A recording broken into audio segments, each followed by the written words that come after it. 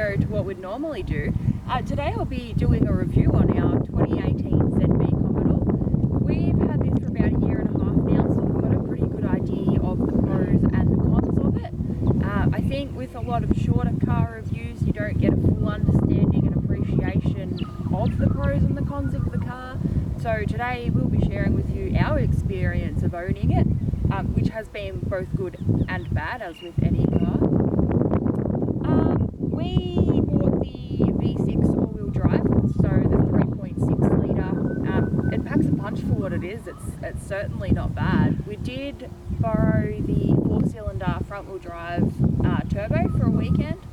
I initially didn't like the ZB. I had the sort of generic, no offence, but bogan Australian opinion about it, where I was like, it's ugly, I don't like it, it's not built in Australia, blah blah blah. And then we borrowed one for the weekend and I was like, holy shit, we have to buy one. And so we did. So that I guess gets us underway. We'll have a look around and I'll take you through it. So being that we bought the Calais V, we got additional features obviously that some of the other models don't, being that this is the luxury model. We've got 20-inch wheels, which I will get to in the video because that's a pretty big issue for us. We got Lux headlights, foggies, sunroof, V6 all-wheel drive, the most important part to us, a chopped sticker, a whole different bunch of sensors and, you know, safety features and whatnot that didn't come in some of the other models. A lot of people might ask why we didn't buy the VXR, and the short answer to that is we wanted the luxury model, not the sports model. The idea of buying this was to have a daily, not to modify it, which so far we haven't, which is pretty good. So yeah, that's why we bought the Calais V rather than something PovPack like an RS or something sporty like the VXR. Okay, so we'll move on to the interior and the space. We'll probably start with the boot. It's a very spacious car, very spacious. If anyone ever needs to know how to open the boot, which as if you watch Skid Factory you'll find out Turbo Yoda had a lot of trouble with, and we took ages to work out how to do it, all you do is press the bottom of the badge and lift it up. As you can see, there's quite a bit of boot space.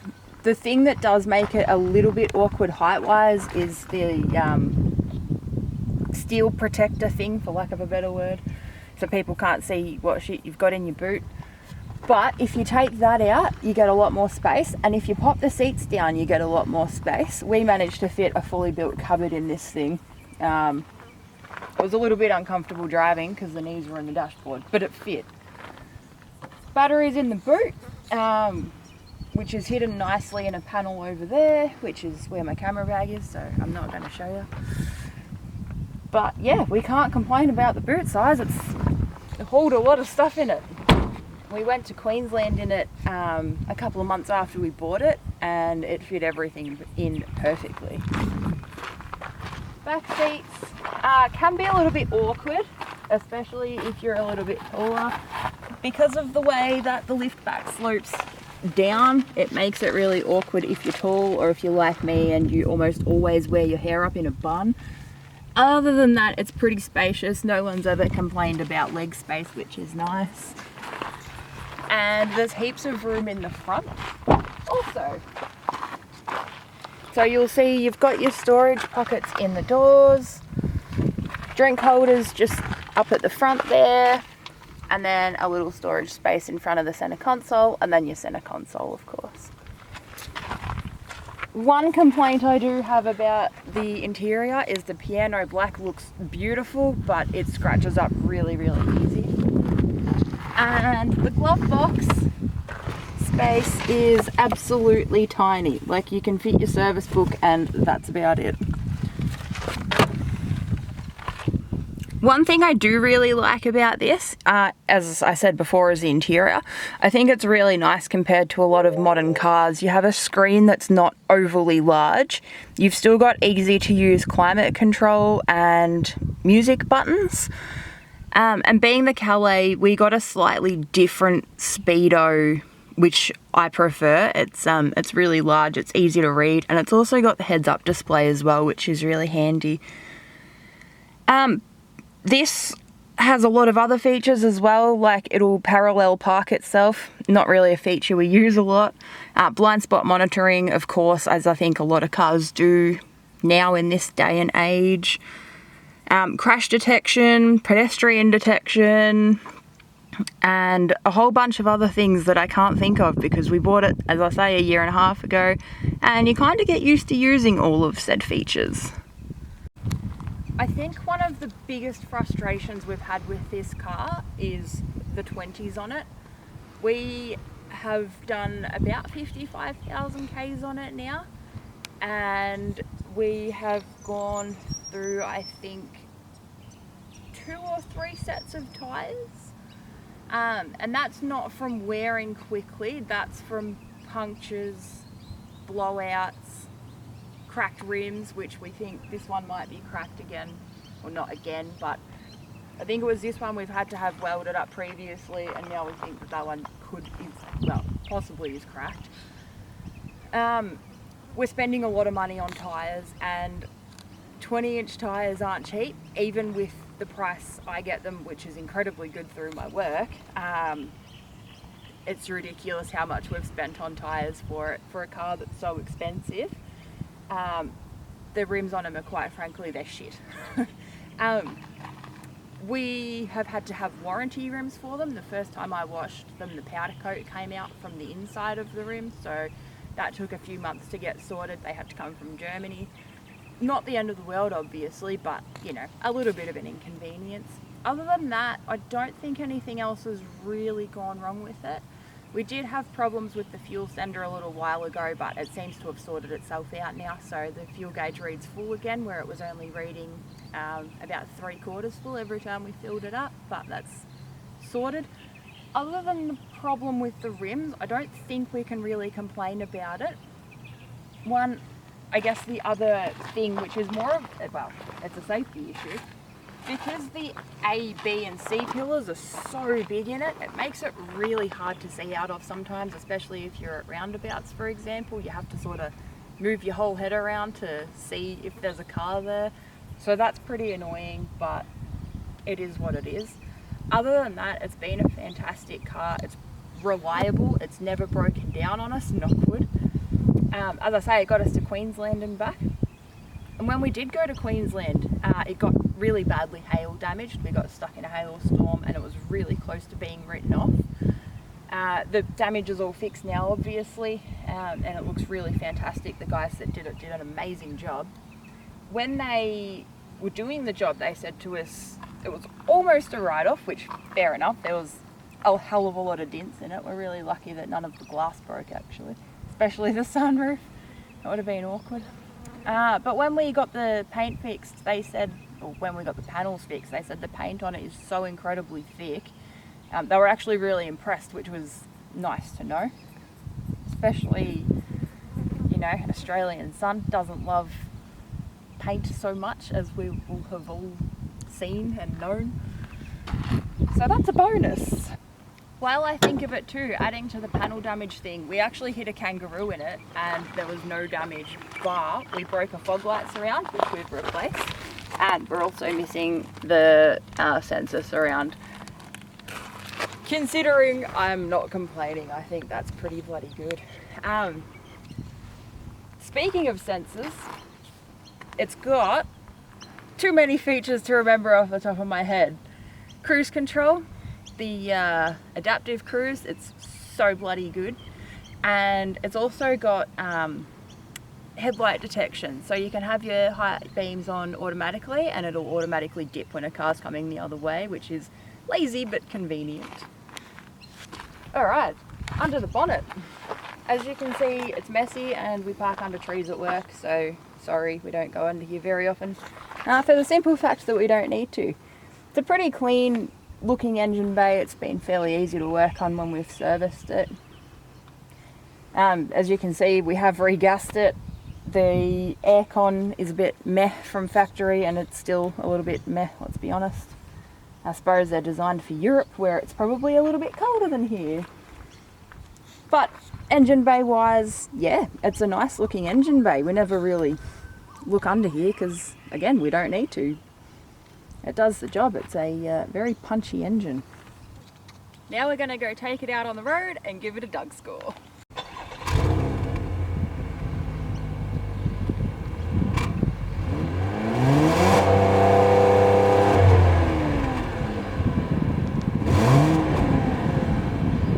Okie dokie, we'll take it out for a spin. Couple of good features we've got. So you've got your heated and cooled seats, electric seats for both the front seats, and also a seat massager for driver's seat, which is really nice. I know a lot of people say they hurt, but I like them a lot. I use it basically all the time. Sunroof obviously as well, as I mentioned before. So let's go out and go for a quick drive. Before we go, I'll run through the entertainment system, so to speak, quickly. So you've got your audio, obviously, your phone, you can see who's connected, do your normal doodads. Projection, so if you use that, I don't know what happens because I've never used it. The nav system isn't too bad, it's not the worst, it's not the best, but it is good to have there, that's for sure. Sometimes it does take you really weird ways. Whole bunch of settings, so you can customize your suspension, all sorts of other different bits and pieces as well. It's got Apple CarPlay, which is really good. Your climate control, which you can use all down here anyway. Your different drive modes, so Floyd and I have both customized ours separately and it will automatically revert with whoever's using whose key. And then again, just more phone features, and then your 360 camera, which is definitely one of my favorite things about it. It makes it really easy for parking, especially considering it can be quite hard to see out of, being that there's so many big pillars in it. The camera certainly can help for that respect. Alright, let's go for a drive. The suspension in this is really smooth, especially for a car that is on 20s. It's actually quite comfortable. I have noticed I'm starting to feel more vibrations through it, and I don't know if that's just because the new car feeling's worn off or because it has got more vibrations through it, but that is something I definitely have noticed. It's a very, very comfortable, smooth ride otherwise, and for a 9-speed transmission, it's not too bad. It can be a little bit clunky sometimes. Sometimes it doesn't know what gear it needs or wants to be in, so that can be a bit of a downfall. Especially when you've got cruise control on. I've noticed if you're using cruise and you're going up a hill, it will drop back probably about 5k's before it realises, hey, I need to actually kick down a gear and do something here. Packs a punch though.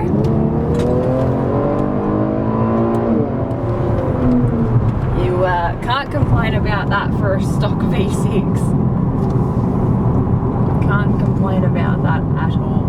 It is a little bit not as responsive as what you might hope. You put your foot down and then it sort of goes, okay, now we'll go. But other than that, it's fantastic.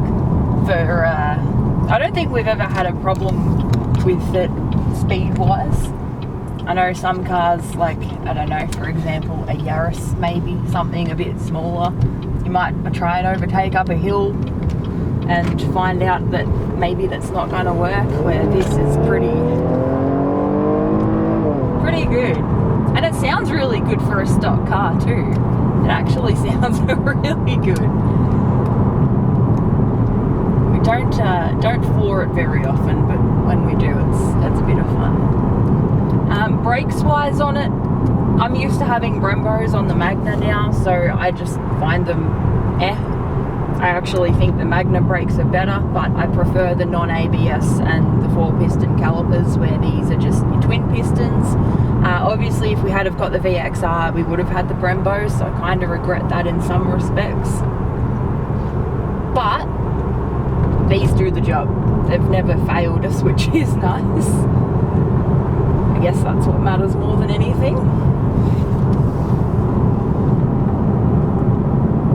It's a fairly quiet ride. There is a little bit of road noise. Being that we've had a few different sets of tyres on it now, we've noticed, I think the Conti's probably had a fair bit of road noise. Having Bridgestones on it, there was a lot of road noise. And we've got Pirellis on it at the moment, which we've actually been incredibly happy with. Really happy with them. So fuel efficiency, I guess, is something that a lot of people are looking for when they buy a new car, especially nowadays. Fuel's not cheap. You'll probably notice the fuel lights on. Yes, I'm aware. Yes, someone will probably comment about it. And yes, I will put fuel in it when the time comes that I need to. This is pretty fuel efficient. I think we were doing about 7.6 litres per 100 k's when we were just highway driving to Queensland, and the back was chockers full of stuff like boot back and back seats, so that was pretty good with a loaded up car. Around town, I'd say at a guess without checking, we probably get maybe 9 to 10 litres per 100 k's, obviously depending on who's driving and how they're driving. I drive a bit different to Floyd. It's fairly cheap to fill. I think off the top of my head it's around a 60 litre tank. So we usually put 95 in it, or 98. I don't think we've ever put 91 in it. I believe it is E85, not E85, what's that cheap shit fuel? E10 compatible. That's the one. I believe it's E10 compatible. Again, don't want to put it in it, never have, never will. Doesn't have flex fuel. Be pretty cool if it did from factory, but unfortunately it doesn't. That'd be a really good way to burn a hole in the pocket though, so it's probably a good thing that it hasn't got it. But other than that, economically, economically yes, on that's fuel, the one. It's not bad at all. It could be better. I think the little 4 cylinders are a bit better in that respect. But this certainly isn't the worst out there. It's better than the Magna on fuel, that is for sure. Magna is an absolute guzzler. So I guess anything's going to be better than that, really. In comparison to something like, you know, a small hatchback, obviously it's going to be more fuel, it's a bigger engine, it's a bigger car, it's more weight. But comparing apples and oranges, I'm guessing it's probably about the same or similar fuel economy to any other similar vehicles on the market, which I don't think there's that many anymore. People seem to want SUVs and hatchbacks, which, if that's the way the market's going. Which, speaking of, they've obviously, or not obviously, but they have discontinued bringing the ZB into Australia, so we probably did buy it at a good time. And yes, we did get it a bit cheaper. Floyd got staff discount at the time. He doesn't work at Holden anymore, but that certainly did influence us in our buying decision. A lot of people will of course whinge and say, oh, it's not a real Commodore, it's not built in Australia, you're not supporting Aussie jobs, blah blah blah. And to that I say, why are you driving a Japanese, Korean or otherwise European built car? Fair enough, I get that people don't like the Holden nameplate on it, but when you're buying one, you're still supporting Australians. You're supporting the guys and girls that service it, the guys and girls that sell the car to you, the guys that, you know, ship them here on the docks, blah blah blah, etc, etc. Typical fucking Walmart. Polestar on the side of the road, it's all smashed. Anyway, I think there's a very big political debate about the Commodore for so many different reasons, but obviously the big one being that they're not built in Australia anymore. My opinion on that is get over it. Clearly it wasn't viable for Holden to build in Australia anymore. They're not doing the ZB anymore, which is a shame. I think they maybe should have imported it as an Insignia rather than a Commodore. Would have been pretty cool, but you know, they've made their decision and there's nothing we can do about it, so it is what it is. Overall, I think it's a fantastic car. I think anyone that's in the market for, you know, obviously it depends what your own personal needs are. We bought this because it suited our needs perfectly. It'll, you know, suit others perfectly and others it won't suit at all. But I think if you're in the market, at least give one a test drive, give it a shot, see what you think. People drive them and still hate them, fair enough. People that have never driven them think that they're a piece of shit. How do you know if you've never driven one? I thought the same thing until I drove one, like I said, and then we bought one. So here we are. So I guess that concludes what I wanted to say. Sorry about all the crapping on. That's sort of part of what a review is, I guess. Don't have the personality of Doug DeMuro, not quite as strange. Probably slightly close, but not bad, not as bad. Thanks for taking the time for watching, guys, and hopefully we'll be out with some Magna videos soon, depending on what we do. When we supercharge it, there might be a video of bolting it on and getting it running and whatnot, so that's probably one to look out for in the future. Other than that, we'll see you next time.